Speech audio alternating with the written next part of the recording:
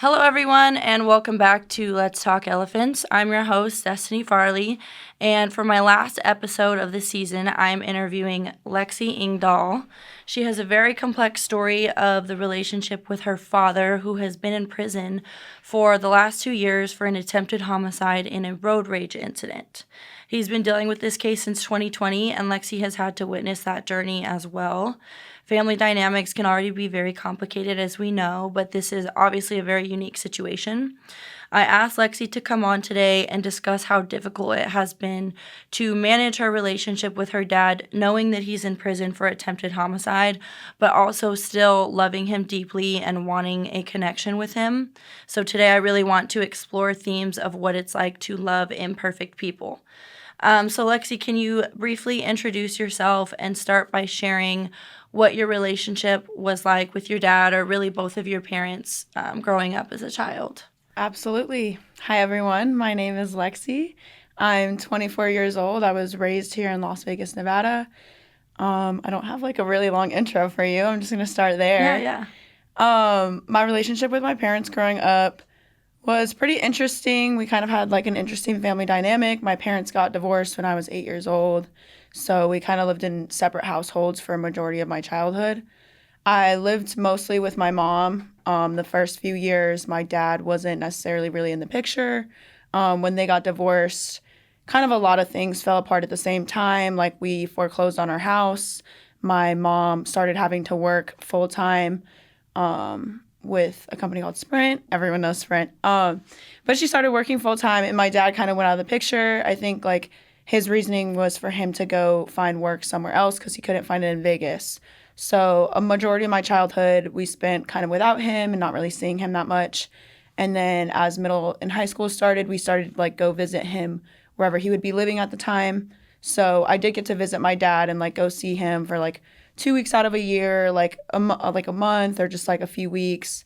However much time we really would like just get to spend with him outside of the household. My mom was always there for us. She held it down. She worked her full-time job up to like 60 hours a week, just like really trying to keep it together for us like throughout childhood. So he left to find work. Did he end up finding work somewhere else? Or do you feel like that was an excuse and he kind of dipped? Yeah, I never really could figure it out. Like he would say he would find jobs, so like I'm assuming he found jobs. Did he send money for you guys, or? That was like the big issue of like my childhood, like where I spent a lot of my time like hating my father was like my parents kind of put me in the middle position of being like, you know, like the child support issue. That was always like a big issue my mom would express to me and my brother about like our situation. So like I would go and see him and I'd be like, why are you not paying child support? And I'm like 8 years old, like arguing with my dad about subjects that like, you know, you didn't even fully understand. Yeah, and like aren't really a part. And my parents had a really nasty divorce. I think like it took like 7 or 8 years for it to be settled. It took like, you know, it was just like a weekly thing for my mom to be going to court and like, you know, addressing these things that I had no idea about, and like just really like facing the issue of like a very long and hard divorce. So yeah, to answer your question. Did you grow up with them in the same house up until you were 8? Yeah, my dad was a pilot though, so he really was never consistently around. Like he would be on his like trips for like a month at a time. So I never saw them like show affection. I never saw them kiss. I never saw them hug. Like I don't think it from the jump, I don't really think it was meant to be. Yeah. Okay, and so it was a kind of like a bitter, messy divorce. Your mom was pretty vocal about not liking your dad from a young age? Yeah, absolutely. And I think that kind of teetered my relationship with him as a child a lot too, because I mean, I loved my mom so much, and you know, I respected and trusted her opinion of a lot of things. You know, it's your mom. So when she would tell me all these things about my dad, like of course I believed them, and like I wanted to stand up for her. I wanted to fight for her. So when I did see him, like I had this weird like internal conflict of like I kind of felt weird or bad for liking him or wanting to be around him. I kind of would be like, Felt guilty towards like your mom. my mom. Yeah. And then I would kind of come back and like a lot of the time, like it would just be weird with my mom. Like the situation, like I could feel like some she tension. didn't want you to like him. Yeah. Like you could kind of feel the tension of like when you would come back and she knows you kind of had a good time with him, she would just be like, things would be off. We would fight more, we would have more like just tension in the room. She would call him like our Disney dad. And I'd kind of be like, well, what does that mean? I never really understood it. Like, whereas like on her side, she's seeing no child support. Like they went to court so many times for him to like pay child support. They eventually had taken his license away. They had threatened to throw him in jail. And I think that got him to like start paying like the minimum amount. But he would kind of say, it's not because of you guys, it's like because of her. So we're kind of like stuck in this like leeway of like, you don't want to pay my mom because your guys' hatred towards each other, but ultimately like it affects us. Right. So did that, even from a young age or as you got older, did that make you feel like he didn't want to be a part of your life or didn't want to take care of you? I think like that was some of the case. Like I would go home to my mom and she would say, like he's not paying for this. Like he doesn't want to be around you, or he doesn't, your dad doesn't pay for anything. And for me, that just kind of like made money a big worry in my life. Yeah. Like, I mean, I know we struggled, but I didn't really want to put that on him, and I didn't really like see that affecting our relationship. But then like there'd be situations where like I would go visit him in Maui and she would like be like, forget your bikini at home. So like he would have to pay for that or like buy you something. And like, so to me, money just was a big issue. And like I would always have to face, the issue of money when I'm so young. Yeah. Did, so like growing up into your teenage years and when you started to have more of like an identity and were able to grasp, more complex topics and situations, did you like get into fights with him or argue with him? Like, did you have a bad relationship with him basically like the entire time? Like, do you remember specific things that you guys would fight or argue about? Like, would he tell you that he loved you? Was there any connection there at any point, or was it always bad? Yeah, I would say with my parents, like, it's an interesting situation because I've realized over time, like, I do love my dad, and like me and my dad actually get along so well. Like, our personalities are very similar. He's very goofy, he's very funny. I think being his only daughter, like he would show his emotions more so with me. So, my mom may have not gotten like those loving words and like the care, but he would tell me he loved me. Like we would hug, like when we would hang out, like I'd always like sit on his couch and like sit on like the top side of his lazy boy chair. Like I would always like sit and like kind of like sit on the little shoulder of it, just like watch TV with him. Like we did a lot of things when we were together. Like my dad like loves to go outside. We would like go to the beach every morning at like 8 a.m. and like run along the beach in the water. Like we did a lot of things that like now looking back like are a lot of like core memories for me. Like if I didn't do these things with my dad, like I wouldn't have had so many like cool, unique experiences. Mm-hmm. So I think like there was a relationship there, but it was so hard for me to face it because I felt so conflicted about so many situations that were like way above me. Yeah. So how this situation with your dad's case, it happened in 2020. Mm-hmm. How did you first find out about it, and like what was your reaction when you found out about it? That was probably like one of the hardest days of my life. I found out in a very like interesting way. My mom, I remember I was sitting on the floor in my living room working out because it was COVID. So I was working out and my mom comes in the room. She goes, "Hey guys, just want to let you know, like, your dad's in jail." And he was on the run for a month. And I just was like what? Mm-hmm. And she was like, "Yeah, I found out from like a group chat on Facebook of like old pilots." And because my mom was a flight attendant for the same company, and they had put it in there. And it was like just a website link to his arrest. And that was how I found out. So were you not communicating really with him at the time that this happened? We were, but like at this point in my life, like I hadn't really, our relationship had like gotten very, like we would just talk a few times a month or maybe once a month. He would send me an email or like maybe give me a call. But at this point, my dad had moved to Arizona And my dad never really like lived in the same state as me, so it was kind of always me like chasing like wherever he was. And he would put in the effort to say, hey, come see me. But when you're like a child, and at this point I was here at UNLV, like I had so many things going on. I had 3 jobs, an internship, and school. Like it's so hard for me to make time for something like that. And I don't want to like necessarily make an excuse, but that's how life was. And I didn't really want to try to communicate with him that much. So in short, yeah, we had like a small line of communication, but we didn't talk too much, and I think he was really embarrassed of like the situation he was going through. So it was hard to face because I didn't really talk to him. So what did you do when you found out? Like, did you try reaching out to him, or how did you follow the details of the case? Like, at what point did you talk to him and confront him about what was going on? I want to say like a week later he had posted bail, so he was out.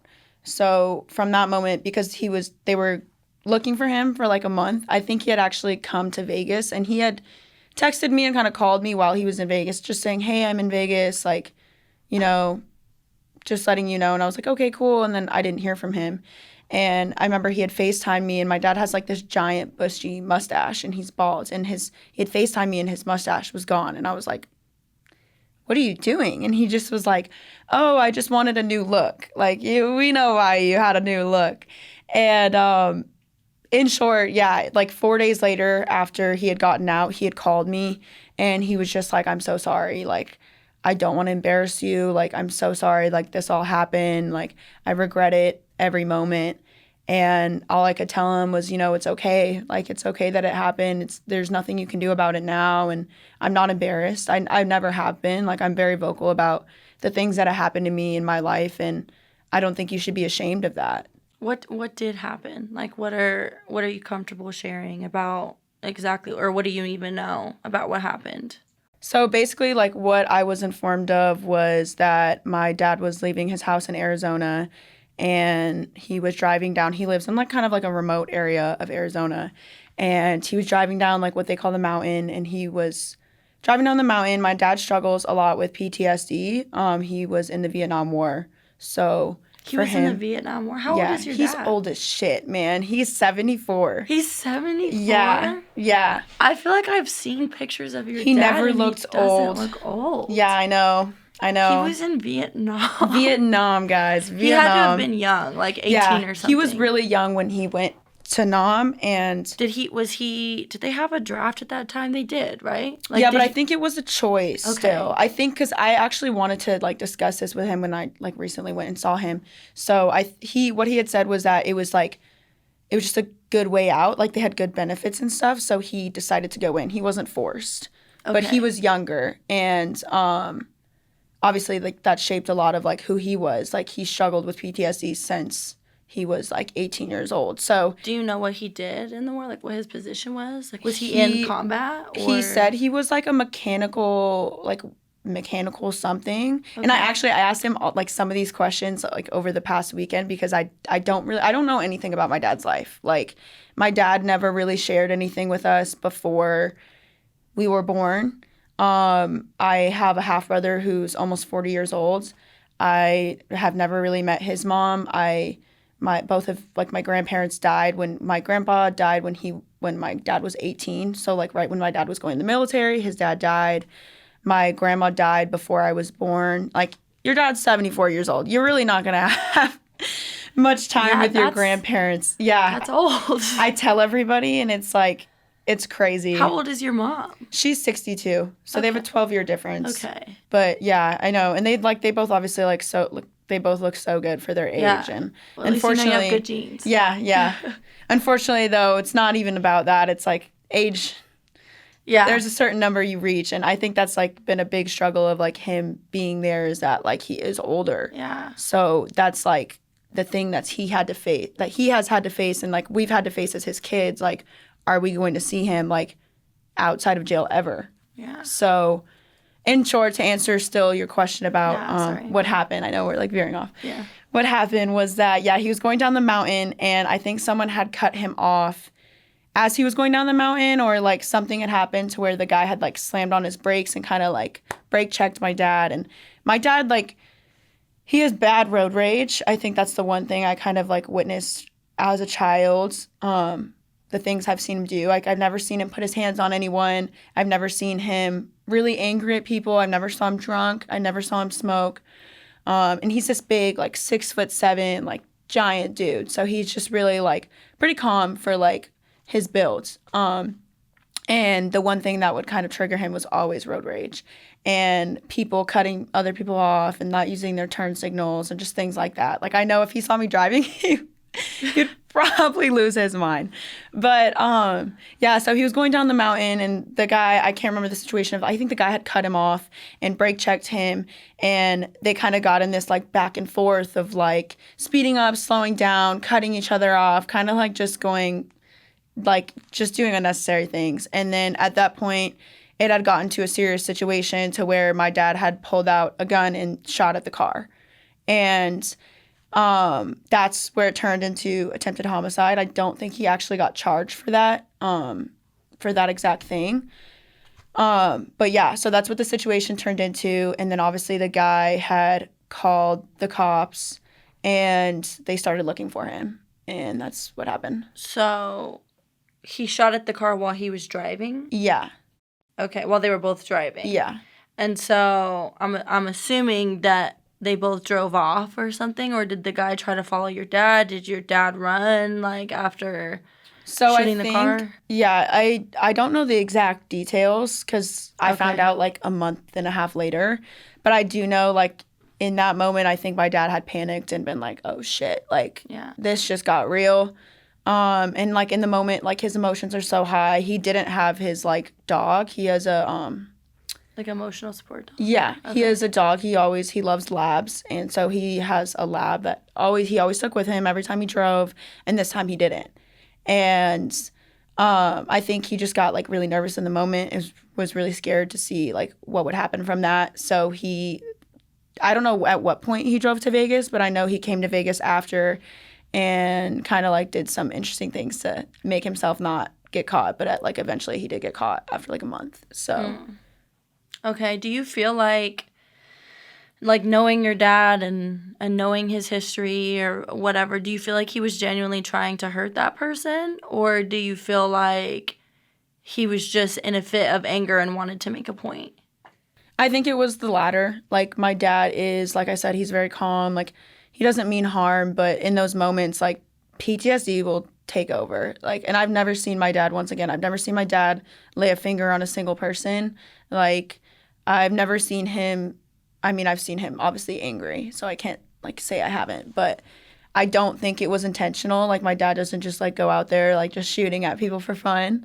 I think it was a spur of the moment kind of thing. Yeah. So. And it's obviously serious because he could have killed somebody. Right. And so, and it's not to shit on your dad or anything, but like it does take, I think some people have that switch in them and some people don't, Absolutely. And it doesn't mean that he's a bad person by nature. It doesn't mean that he's a violent person by nature, but probably an unhealed person. Right. And that can be dangerous, because if people don't deal with whatever it is that's, causing them anger or causing them hurt, then it does come out in ways like that. Mm-hmm. And there is responsibility in that, because like, God forbid he had hit them. Yeah, hit them, and then that's someone's partner or something. Yeah, exactly. Everything. And I'm sure he's self-reflective and aware of that now, and it's probably fundamentally changed him as a person. Mm-hmm. How did your relationship with your dad change, like, during this and after you found out about the case? Like, what has it been like the last 4 years? It sounds like, and it seems like from what I can see, that it's gotten better, but I kind of want to hear your perspective on that. Yeah, I think with, all of this going on, I struggled a lot in just, like, processing it. Like, it was just like a really unique situation because with COVID happening, there's so many cases that got pushed back in the system. And so, like, I sat there and I was like, okay, like, this is what it is. And then it wouldn't be that. Like, he would still, like, because he had, like, made his bail, he was still going back to his house and, like, still living in the area. And it made you kind of like not take it seriously almost. Like I thought, okay, you know, like it's going to be fine. Like he keeps saying it's going to be fine. And, you know, they're keep pushing his court case back. Like he would show up for court and then they would be like, you know, psych, made you look. Like we're actually going to push it back. Just like it would just be because like cases were piling up and like they just could never get ahead. And he kept saying that, you know, oh, it just got pushed back. And this happened for like 2 years of the case getting pushed back. And I think that is the most draining thing like you can do to someone, especially like because it's their future on the line. Yeah, and you're just like making them worry to death about, am I gonna leave this courtroom today or am I staying here and being taken to jail? And for me, I wasn't present at every single one of these, and it was happening so frequently. It was like every like few months that this was happening, every 2-3 months, and he'd be like, you know, like my court date's coming up today, you know, and he would get so stressed out about it, and then no outcome. And I think it just gets like physically and emotionally like exhausting. And then when it finally happens, like you're almost like it's not real, because when it finally happened, I was like, there's no way that like this is like my life now. And I wasn't like at that court date, but it was a hard one. Like I know my half brother was there, and like there were some things that happened that he's not proud of. And my dad ended up, when they said he was guilty, tried to slit his throat and kill himself. And how do you know that? My brother told me, my half brother. And how did your half brother know? He was there. Oh, when it happened. Mm-hmm. That's so rough. When did he get his verdict? So that's like sentence. Are you talking about like his sentencing? Yeah. So I was there for that court date. It was May of 20. I think it was last year. I'm so bad with these dates. Okay, but he had recently. Yeah. So he had been sentenced, or he had gotten the verdict. Okay. And they had said he was. Yeah. So they had said he was guilty. And that was, I want to say, 2, 3, 4 months before his sentencing. I'm so bad with these dates because honestly, like I tried so hard to forget it. Yeah. And not forget it, but just like I always kept this whole response, situation, just in the back of my head. So when he did get sentenced, or when he did get the verdict and they take you straight to jail, like I was like, oh shit. Like, you know, there's so many moments that I hadn't spent with him. There's so many things that I didn't get to do with him yet that like I kind of was like pushing off, or like I wouldn't come visit him, or I would sometimes, and you know, sometimes just never felt like enough. Like, and I didn't think it was ever really going to happen because it had been pushed back so many times. You think, oh, like it's not real. Like it's, you know, he's sitting here confidently saying like I'm gonna be okay, and then one day you turn around and it's not. Like he's gone. And I remember just like texting him, like trying to text his phone, just be like, I love you. Like, and it just like not going through. And that's when it became like real. And that's when I was like, oh my God, like this is my life now. Mm-hmm. So we went to his sentencing, and that was hard. That was really hard. Just to see him, like, he couldn't speak to us. He wasn't allowed to look at us, and he just like kept trying to look at us, and I just cried the whole time. There's nothing else I could do, and like the sentencing and like just listening to the judge, I remember her kind of saying like, what you did in this courtroom, like no one will heal from. And I remember just sitting there thinking like, what is she talking about? And so I remember I was sitting in the back of this like pickup truck with my half brother, and I was like, yeah, like what does she mean? And he was just like, oh, like when they had told him he was guilty, he pulled out a razor and tried to slit his neck. Oh my gosh, he did it in court? He did it in court. Yeah. Oh my God. And so that was like, and I remember my half brother just like saying it like so calmly, and I'm just sitting there like, what the fuck? Like I had no idea this happened. That's like more trauma on top of what you just found out. Yeah. And you know, we were kind of like coming back from like his sentencing, and like that's how I found out, and I just was like, oh my God, like this is a lot. And so when did you get to see him or talk to him after he was sentenced? How long was it before you got to talk to him? It was like 2 or 3 months. So it was a while before you even got to speak to him after you found that out? Yeah, they go through like a very long process of like settling them into a facility or like transporting them to a facility. So I think they had moved him down to like a remote area in Arizona, and it takes a while to like get your call set up. You have to go through like a background check, and then you're allotted like a 10-minute call with them. And so that's when that was the first time I spoke to him. And when they do stuff like that, they get put, like, on suicide watch. Yeah. So he had said, like, when he first got in, they had him in just, like, solitary confinement and, like, which is terrible for someone who's suicidal. Yeah. Like, to be isolated is literally one of the worst things you can do to somebody who is suicidal. Yeah. So that just goes to show you, like... how the system works. Right. Yeah, exactly. And I know it's different state by state. Yeah. Is he in jail or is he in prison? Because those are different. I think he's just in jail's like not as bad, right? Right. So he's in jail now. Oh, I thought it was. Yeah. I thought he was in prison. No, so he's in jail now. He's been through. He's been to like 4 different locations. Like he's just done a lot of like transferring and like trying to get his case lower because like he is older. Like he has no past like things. He has nothing on his record really. Like. Right. He was in the military, so he has really, he's really tried to like push towards, which actually he tried to take it to Veterans Court, which they didn't allow him to. I think they had denied it. And in Arizona, I think things just work a bit differently. Like Vegas, I think they're a bit more lax on situations, and Arizona, they're not. Okay. Like at all. So, I mean, obviously, like things are very serious, and like I'm not saying like go easy on my dad because he's my dad.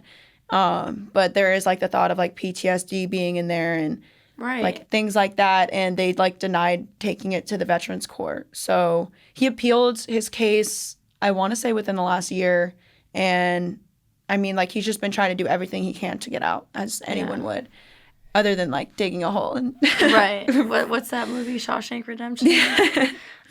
So would you say that because now you're faced with this new reality, right? And going through stuff like this fundamentally changes people. Just like, unfortunately, sometimes this is what it takes for people to turn any type of corner, whether it's you or your dad or your mom or anyone. But do you feel like because of his age and because he's sentenced that it's improved your relationship with him and like, you feel more of a desire to connect with him because of the thought that he might, that you might not get him in any other way? Yeah, definitely. I think that was, like, the hardest thing for me to face is that, like, I may never see my dad again, like, outside of this room. How long is he supposed to be there for? Like, what was his... 2029. Okay. So, wait, he was sentenced last year? So it's 6 years? He got 6 years? Yeah, I think so. Honestly, like, when I was sitting in the courtroom and she's doing all this sentencing and stuff, like, I'm just bawling my eyes out, and you feel embarrassed. Like, I'm sitting there feeling embarrassed because I'm, like, the only person, like my half-brother's kind of crying, like, my brother's, like, kind of, like, shedding a few tears. Like, I'm over here just, like, trying to quietly just bawl my eyes out because I really wasn't mentally prepared. Like, I don't really go into situations, like, trying to think about them. I kind of just go like full throttle. We'll see how this goes. And sitting there like listening to her, like that's the one line I remember. I don't even remember her saying like the full. I remember walking out of the room and being like, I don't even know how long my dad is going to be in jail. Like I was like, what am I doing? Like, so I think like when I talked to him the other day, he had said he is set to get out in 2029. And that he's trying, like, to just, like, find every way to, like, change that and good behavior and, like, I was gonna say. Like, there's ways, and I think it will be shortened. Yeah. Does he have eligibility for parole? I don't think so, not yet. I think he should be able to, but with good behavior. Like I said, I'm not good at keeping myself informed on the situation, honestly. Like, to be it's hard to upfront. Yeah. I kind of, like, try to, like, turn a cold shoulder to it just because I'd rather not think about it. I think about him, like, every day. But, yeah. Is there any part of you that feels any type of, like, anger towards him for not thinking of you guys in that moment? Or have you, like, completely forgiven him because you're more... like, the love overpowers the anger. You know? And I think I kind of veered away from your last question, too. I don't even remember what my last question was. We were literally trying to talk about how, like, his time, like him being so old and like him being in early, like that Yeah. things. Basically, just like if that made you have more of a desire to have a relationship with him. I think it for sure does, because you never realize until it's too late, like how much time you have with someone, or you know, like how long you have with someone. And for me, that's always been a big thing. Like I'm always the type of person that says like I love you regardless of how, like if we're fighting over like the biggest things or anything, like I always feel like I need to say I love you to someone, because you never know like when you're going to see them again, or if it's the last time. Yeah. Because it's not worth it at the end of the day. And to like hold this over him, like I know he's already beat himself up so much over this situation. Like I feel like even like as a child too, I was always doing that with my parents. Like I was always like, you know, hoping the best for them over having them be worried about me. Like I never wanted my parents to really be, I mean, obviously they're parents, they worry about you, but I wanted to do as many things as I could to make sure that they weren't as worried over me, and that they knew like I could like do things for myself, and I was very independent. And so like to transfer that into him, like I don't want him to sit here and worry about like, you know, me hating him, or like me being so like mad that he did this. And I'm really not. Like I didn't really see him that much anyway. And I think honestly this was like a wake up call before it was too late, because I mean, unfortunately the circumstances are different, but I talk to my dad once a week. We get like a 10-minute call once a week, and that's the most I've ever talked to my dad in my life. Like to be able to like talk to him once a week and have like an allotted time now, because when he first went in, like he would just call me at a random time, random day, and like it would really just like mess with my head. Like I remember one time I was at the gym and he's calling me, and I'm just like, I can't not answer. I can't like send it to voicemail. I can't tell him to call me back later. Like this is it. This is the one shot I had gotten to talk to him in a month, because like when he first went in, it was more strict. Yeah. And I just remember like talking to him on the phone and like being like, damn, like my workout's really just ruined. And I'm like sitting in the bathroom and I start to cry, and I'm just like, ugh, like this is this is a low. This is an all-time low for me. That's really hard. So it's just like in like not being able to control the situation, or like when you talk to someone and you know it's gonna hurt your feelings, like you're just like, you just kind of have to stick it out though, you know? And I didn't want him to sit there and worry about my thoughts or what I think on the situation. Like I did understand, like, you know, he's learned his lesson and he struggles like with it every day, and I know he regrets it every day. But to me, it's like I can't sit there and like look at him and be angry at him. Like I just look at him and I'm just like, you're my dad. Like I want to be able to love you and to learn about you. And, you know, like we've all done things that we regret, and we just can't hold them against him his whole life. Like he doesn't have much time left. Like And what you're talking about is like, I don't know if other people have told you, but it's just very reflective of like emotional intelligence and emotional maturity, because not everybody is like that. You know, there are people that, and most of the time it's by no fault of their own. It has to do with how they were raised and where they're at in their life. Situation. But there's so many people that like hold on to the way that they were wronged by somebody. Yeah. And, you know, I'm in no place to judge or make calls about how long someone should be hurt. Like, I completely understand, you know, the entire emotional range that goes into being hurt by someone. But I'm the same way as you, where it's like, I love so hard. Sometimes I wish that I didn't, which I know is like a terrible thing to wish, but it's actually like, it's such a burden to bear when you love people that deeply. And I've talked about this multiple times, but I feel like it's like an isolating experience sometimes, because I just feel like I love in ways that a lot of people around me do not. Mm-hmm.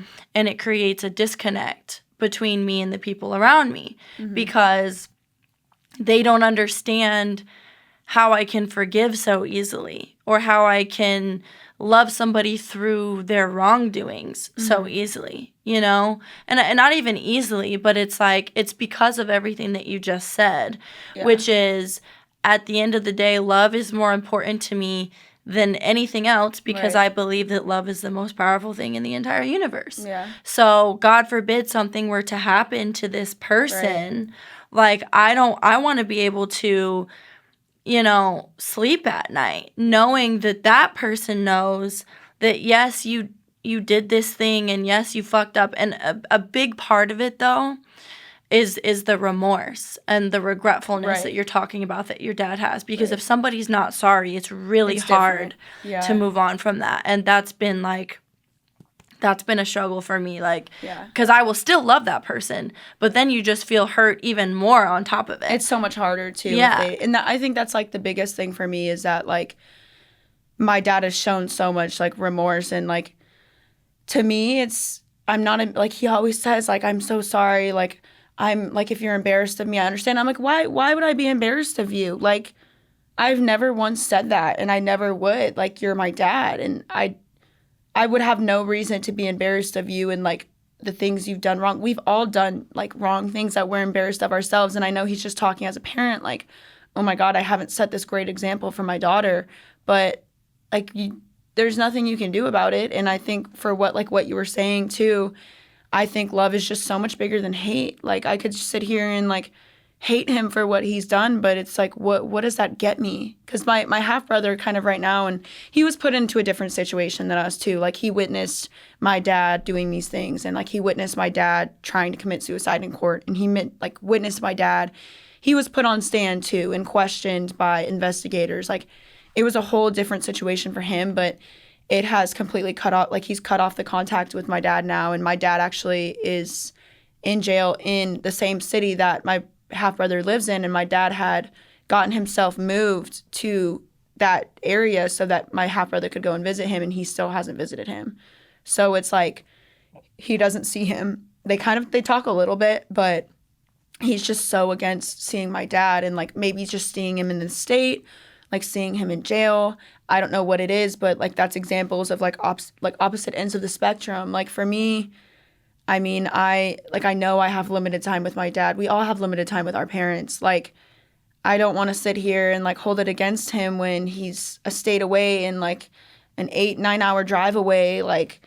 It's just not, I don't know. It's just not something I want to do. I don't want to sit here and have to look back at when, that day that he is no longer here and be I didn't do enough. I want to. Well, and I want you to know that regardless of what happens, just from the information that you've told me here, regardless of what happens with him, and I hope and pray that you get time with him outside of this environment, but I just want you to know, I don't have to know your dad and know your situation to know that what you're doing for him is saving his life. Mm-hmm. The way that you're showing up for him when he probably feels very isolated and kind of ostracized from the rest of his family, for you to be the person that's showing up for him and loving him and accepting him. Mm-hmm. You are doing so much for him you're doing exactly what you need to be doing as his daughter. And he's going to remember that, and he's holding on to that, and he's probably thinking of you just as much as you're thinking of him. Yeah. And you should know that you're doing more than enough. You're doing more than what you can. You just drove 9 hours to go see him. You're accepting him for who he is. And at 74 years old, that's honestly, based on what you're saying, probably the first time he's ever felt that in his life. Mm-hmm. And if that's the one thing that you were put on this earth to do, is to make your dad feel accepted and loved, then you've served your life's purpose. And you need to give yourself credit for doing that and never feel like you're not doing enough, because you are showing in the loudest way possible how much you love him, and love is what saves people, and that's enough for him. And that is you're just probably such a big reason why he's holding on and why he's, doing everything that he can. And so regardless of, and it's no shame to anyone else in your family. They have every right to feel the way that they feel. And like I said, people cope differently. But, what you're doing is, amazing for him. And I'm sure he would tell you the exact same thing. And I'm sure he's shown you in multiple ways, that he feels that way. And so are you the only one that, has visited him from your family? Yeah. Is everyone else pretty upset at him, your mom and both of your brothers? Well, my mom and him, kind of haven't had contact in 10 years. Okay. So when they divorced, it was, like I said, it was really nasty. they wanted to nothing to do with each other. So my mom, my mom would never even think to go see him. And my brother, I try to get him to go, and it's just different excuses. And I think he just emotionally needs to figure it out, but I don't think he will. Which is why I took the initiative to just go down by myself and just do it myself, because I know he won't come. My half brother obviously has his own reasons, but yeah, I am the first person in our family to go and see him. And that was just yesterday, this weekend? It was this weekend, yeah. I got home yesterday. What was that experience like for you? What was it like seeing him? It was great. Yeah. I'm gonna cry. That's okay. It's emotional. It's just the love coming out. It's not an embarrassing thing at all. It's brave that you did that. Yeah, and it was I knew I just needed to do it and just open that line of communication and open that relationship and show him you are loved regardless of what you've done. And you don't deserve to sit here alone and think you're not worthy of someone coming and loving you. And he shows up, and I remember I was standing by the soda machine. I had to bring $20 worth of quarters because it only takes quarters. And I was standing there putting my coins in, and he just comes up and just hugs me from behind. And he's just you saved me. And he's you're the only reason I'm here, I live. He's I think about you guys every day. He's you were the reason why the day I did what I did in court, I regret trying to do what I did. He's but I would have tried to do it again if I didn't have you guys. He's you're the reason why I wake up every morning, is because one day I get to see you again, and today's the day. Mm-hmm. And he pulls out a little flower. Oh. And he was I had to sneak this through, but I really wanted to give it to you because I love you so much. And we're just awkwardly crying in the middle of this room with all these inmates. They're all talking to their families and stuff, and they get to see their families all the time. And I mean, obviously not all the time, but this obviously wasn't their first interaction with their family member. And we're just standing there hugging, and we're just this feels we're awkward right now, but we didn't care. So it was just really good to see him and hug him, and I haven't seen him in person in 2 years. And so it was just really I don't know, it just really puts it into damn, this is real. Yeah. Just driving up there and just parking, just looking at it, you're this place is real. It's crazy. It didn't feel real until you're in that moment, you know. Yeah. So I hadn't really tried to mentally prepare myself because I don't know what I'm going into. So just the whole process too of you're going in, and they have just this crazy dress code, and I'm I brought multiple shirts in case they wouldn't let me come in, and I came in and they were oh, you can't wear this shirt. And I was wearing a plain black shirt, and I think it was too tight or something. So I had grabbed. It was interesting. I had this Kobe t-shirt sitting in my car, and I had just so happened to have it thrown in my car. And I was if I didn't have this t-shirt in my car right now, I would not be able to go see my dad. And I just was holy shit, thank God. Yeah. But yeah, it was hard. It was really hard. Yeah. It's interesting to me that obviously you didn't tell me any of that before we came into here, and I told you everything that he said to you before you told me he said it. So I want you to know, how obvious it is. If I, as an outsider, can feel the love for him and can see the love for him, he absolutely feels it. And as long as you keep, it really, you're doing an amazing thing for him, you know? And, that's what we're here to do. Right. Whether it's a child-parent relationship or you and a stranger or you and a coworker, we're here to, this is at least my personal belief, to build each other up and to make each other better. And that's how we evolve as a species and how we evolve as a people. And you're putting great energy out there, and that's healing energy for yourself, for him. And then he radiates that off to the people around him.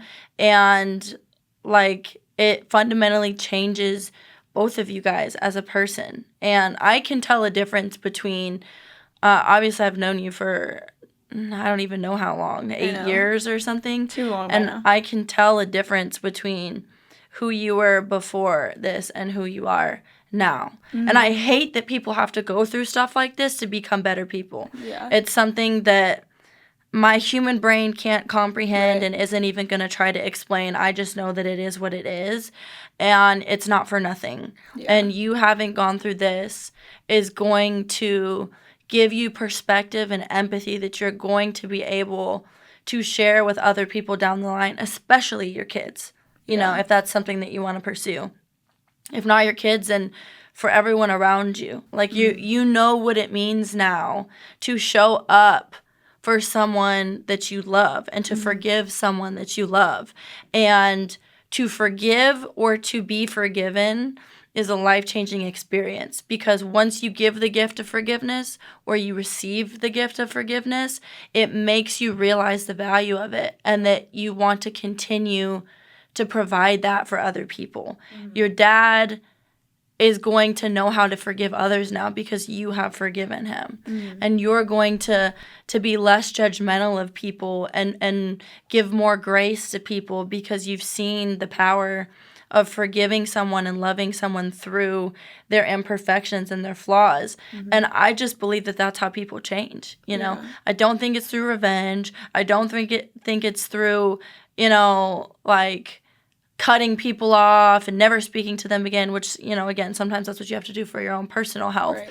But I do think that forgiveness is a form of love, and it's just, it's so powerful. Like, do you feel like you've become a more forgiving person because of this experience with your dad, or what have you learned about forgiveness and love through this experience? I think a lot of my relationship with my dad before was like him. And I was fortunate enough for him to understand, like, he would say things that were, you know, like, I love you. And, you know, in the back of my mind, it was always like, do you? Like, you know, you don't live near me. You don't pay your child support. You know, you don't do all these things that you think a typical dad does. But then, like, through the actions of, like, when I would see him and, like, how we would be and where he would take me and how many people would just be like, he loves you so much. Like, he talks about you all the time. And just, like, more so, like, our one-on-one experiences, like, we just would get so close. I think it made me realize, like, I mean, you can be hateful and, like, spiteful towards so many people. And I was so hateful and spiteful towards my dad for so long. And I think he just, like, over all that time was trying so hard to prove to me, like, I'm not that person that other people may make me out to be. Or at least towards me, like, I know, like, being his only daughter, like, I'll always be his little spot, like, soft spot. And he would always, like, do those notions to make sure I knew that. So, like, he would always say he loved me and, like, give me words. But like I said, it was the actions that I always kind of needed, like, proving. And I think for me, this taught me, like, I think you should always forgive people for, one, your own good, and two, like, it's not worth, like, sitting here and having so much hate in the world. Like, it gets you nowhere. So I always say, like, I never hate anyone or, like, wish anything terrible upon anyone, because at the end of the day, you're just, like, putting, like, bad energy into the world when there's so much of it already. Like, I think, like, I'd rather just, like, sit here and try to fix something that I know I value deep down. I know I value my relationship with my dad, and, like, we get along so well, and I just wish we could keep doing that and get better at it. And so I think it's just taught me, like, you know, I think you should forgive everyone, but I don't think everyone should have access to your life. Like, I think, like you were saying, cutting people off for your own good.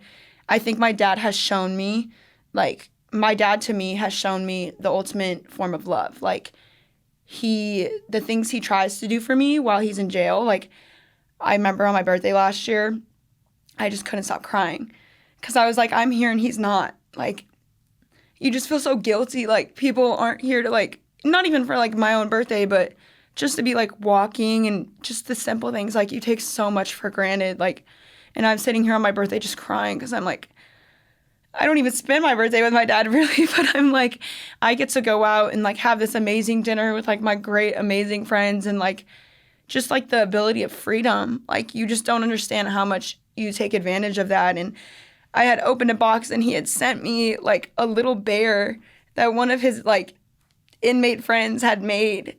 And just that was like just like showing that you care, and like actions speak louder than words. Like obviously that like quote, it's like so overused, but it's so true. Like my dad is sitting here giving me a flower when he's not even allowed to bring anything through and just got patted down by 3 security guards. Like my dad is trying to send me letters. Like my dad sent me a little bear on my birthday. Like he's doing literally the utmost that he can, and he's trying so hard to be in my life. Like I think that deserves forgiveness, and he deserves to have someone who loves and supports him the way that he's putting out for me. And like I know he'll always do that for me.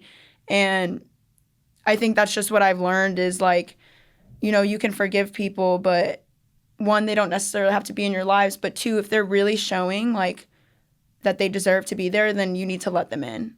And I think that's what I've been trying to do, is I've been trying to let my dad in. Yeah.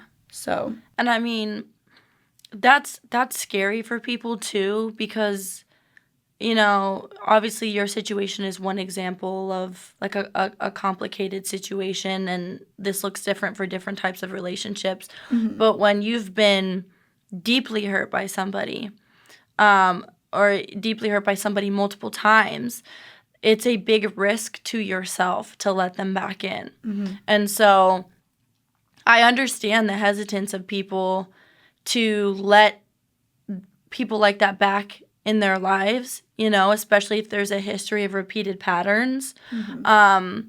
But I agree that if someone is consistently, and that's what it takes though, like someone needs to consistently show up to undo this image that you have of them and this trauma that you have attached to them in your brain. Your brain literally carves out neural pathways, and that's a trauma response. You know, that's where trauma comes from. You look at this person, or you see a certain behavior, or you feel a certain trigger, and it takes you back to that place, right?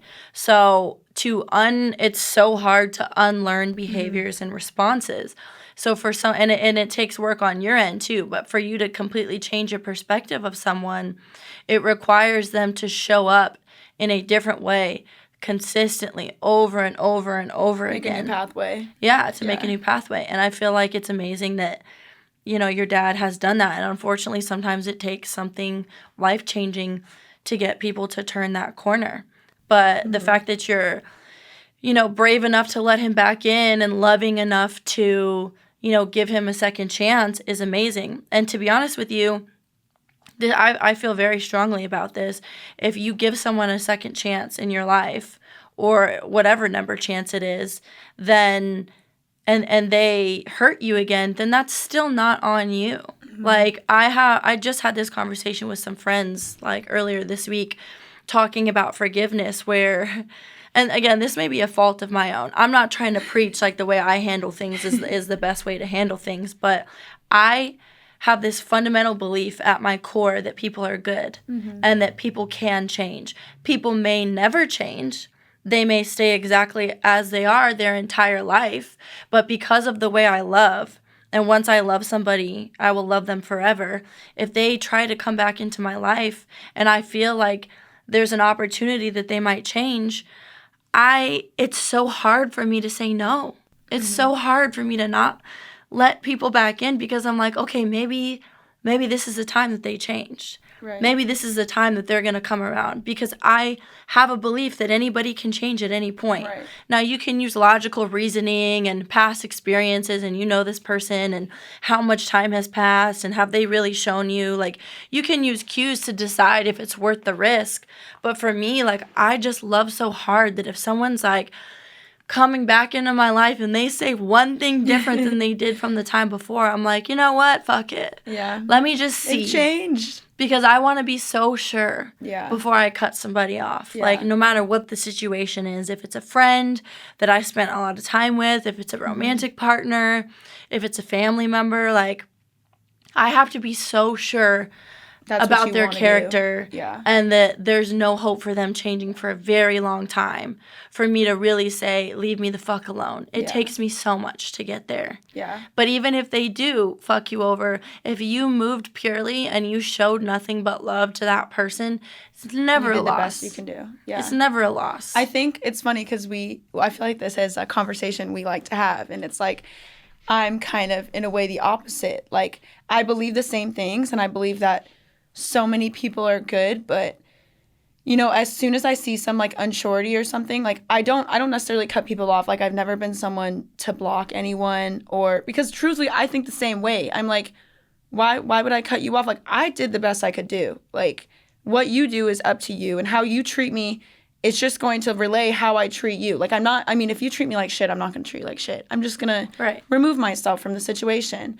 And it's like, with my dad, like, I had no question of letting him back into my life. Yeah. And it was the hardest thing I've probably ever done. Like, I mean, I'm taking calls in the gym and I'm crying in the bathroom. Like, I mean, I'm sure that's, like, not the way I want to end my workout or start my workout. But I knew, like, this is a relationship I want to salvage. And this is something that I feel, like, deeply about and that I know will last and, like, will love if I let it.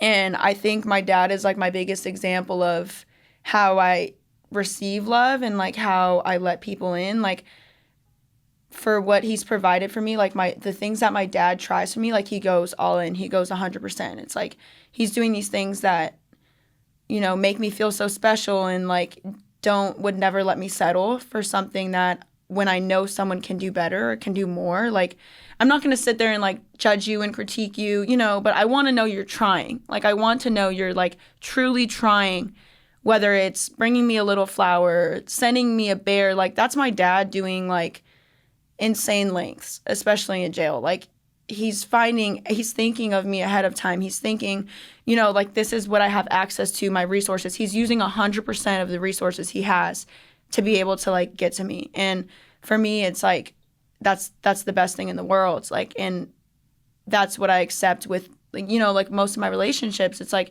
if you're doing what I think you can do, that you're trying hard or you're putting effort in, then that's all I can ask of you, truly. Right. Like, so.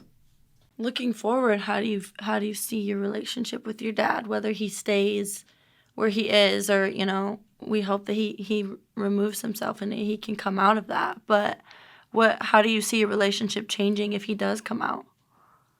I told you I don't even think of anything. It's too far. Yeah. I think about it a little bit, but it kind of just makes me sad because I'm like, you know, you don't can't want to stop hope time for something. Yeah, that and, might like, not happen. You can't really stop time. So it's just like, you know, I'm so fortunate enough that my dad is 74 years old and still can talk shit and stand up and touch his toes. Like, it's, like, so crazy that he's even this age and, like, he can do so many things still. And unfortunately, you know, you may act that way and physically be healthy, but the age is there, like, you know. And my dad is the age of most people's grandparents. Right. And so it's something that I've come to terms with. It's something I've come to terms my whole life with. So it's like, when he gets out, the day he does, it's like, I don't know. I just kind of have to see how he is then and, like, see where we go from there. But, you know, I sit with him or I talk to him and he's just like, where are we going when I get out? Like, where are we going? What are we doing? He's like, I really want to go to Portugal. Like, my dad's traveled the world. Like, he was a pilot and he's lived so many lives. And I just want to, like, get closer to him and, like, learn about everything that happened before me and be able to just, like, have conversations with him to where I can, like, turn to him and trust him and, you know, just laugh with him and, like, just spend the rest of the time that we would have together, like, in peace and, like, just together. So, yeah, I don't know. I guess we'll cross that bridge when we get there. That's probably a good way to approach it. Yeah, just so that you got to take things one day at a time when it's that heavy. I completely understand that. If you could say one thing to your dad right now, what would it be? If I could say one thing to my dad right now. Well, I'm sure you just saw him, so you said some things to him. I've said some things. And you don't have to share if it's, you know, very personal and very intimate. But, you know, just so it's on the record, if later on down the road you get to reflect on this or he gets to reflect on this and know that how you think about him when he's not around. Yeah. If you could share anything. Honestly, we're not very wordy people. As you know, we're not very, emotional. My dad's, super, super funny, and he keeps his guard up with, his humor. So I would say something, but now that you're oh, well, he's going to watch this down the line, I would say something funny, but I don't want to say it funny. I just would like to tell him, his whole life, he hasn't been shown, what real love is. And I think with me being his daughter, this was his first chance of, fixing that. So I would just like to tell him, you are loved. Yeah. Regardless of the things you've done, the situations you've been in, your past, I'm your daughter, and I love you, and I'm proud of you. And yeah, that's all I would tell him. Because I don't think he's ever heard that. And being someone that I know he cares so deeply about, I would argue, being the only daughter, I'm the one. For sure. I'm the one. He probably will be able to receive it better from you than anyone else in his life. And it's so important for people to hear that. I know the type of person you're describing. I know how difficult it can be to be emotionally vulnerable with someone who's not comfortable being emotionally vulnerable. Mm-hmm. But those are the people that need to hear it the most. Yeah. And that's why sometimes it's good to say it. Maybe it's easier to say it when they're not around or not in front of them, where there has to be that awkward, how do I respond? That's something that will matter to him, and that now it's out there forever. Yeah. And that counts for something. It's on video. It's in 4K. You're blubbering on 4K. I'm caught in 4K, guys. You do have emotions. I know. It's real, guys. It's real. She actually has a soul. Yeah. Is there anything that you wanted to add that I didn't already cover? Not that I know of. I mean, maybe just for people listening, who go through hard situations, it's never too late. Yeah. It's never too late to call that person or to text someone, and you don't want to regret not reaching out, because if you don't reach out, you never know the results of something, and you never know what you reaching out will do. And if they reject it, okay, cool, you tried, you did your best. But I think every relationship has something unique to it, and provides something to you. You learn a lesson, you get burnt or you don't get burnt, and regardless, it's a lesson. And I'll never regret the lessons I've learned from people. And you're still learning to this day. You'll still be learning. So I think it's better to just be open to things and an open book to other people, rather than to just ball yourself up into this little stress ball of no human emotion. I'd rather feel it all than not feel a thing. So yeah, that's what I've accepted. I've been forced to accept it. That's how I'm built. As much as I don't want to, we're feeling it. I'm a feeler, man. I'm a fucking feeler. Oh, God help me. All right, well, thank you for coming on and sharing this. It's a really difficult thing to talk about, especially because it's so fresh and you just saw him, and it's a very intimate look at personal details in your life, and I really appreciate you sharing it. If you guys want to continue the conversation or have any more questions for Lexie, I'll have her contact information available on all of my social media platforms, and I will see you again next season to talk more elephants. Thank you.